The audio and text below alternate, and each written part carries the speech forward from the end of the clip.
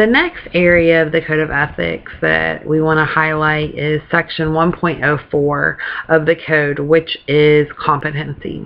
It's very important to be aware of the different levels and areas of competence that you as a social worker are able to practice within.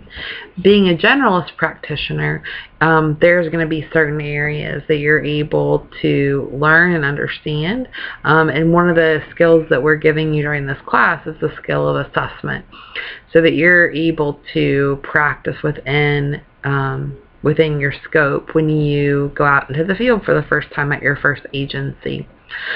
You must never practice outside of your scope.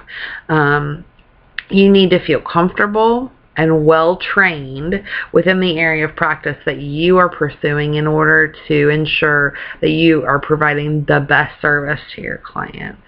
Sometimes what happens is people will attempt to practice a new technique or a new skill that they feel may be beneficial to clients. However, they don't have all of the knowledge or training that they need in order to provide that skill appropriately.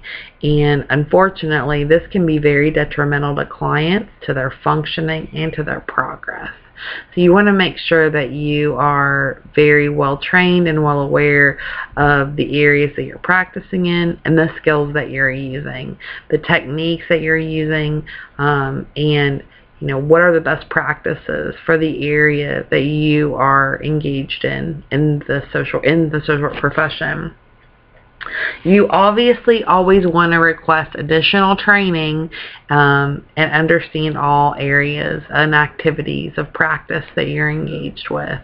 It never hurts to attend additional trainings regarding the areas, even if you've practiced for many years, because as we discussed previously, social work is ever evolving. Techniques and skills, there's new things coming out all the time, and different ways to do things as our society changes, as clients' needs change, as agency changes occur. It's very important that you're up to date on what these skills and best practices might be. You also obviously need to be aware of the cultural competency and be able to practice with individuals that your agency serves. So for example, if you have a family from another culture or another country, you need to make sure that you educate yourself and become competent in working with those individuals. You don't want to work with a group of individuals, a family, or even one person from a different culture than which you're not familiar. Because cultural customs and cultural areas change, and so we don't want to ever speculate that we're able to practice with those individuals. So educating yourself, asking the person some of the ways that you can best serve them and how they want to be treated are very important, because we as social workers must respect the dignity and worth of the people that we work with. So these things are really important as far as continuing with practice and practice behavior.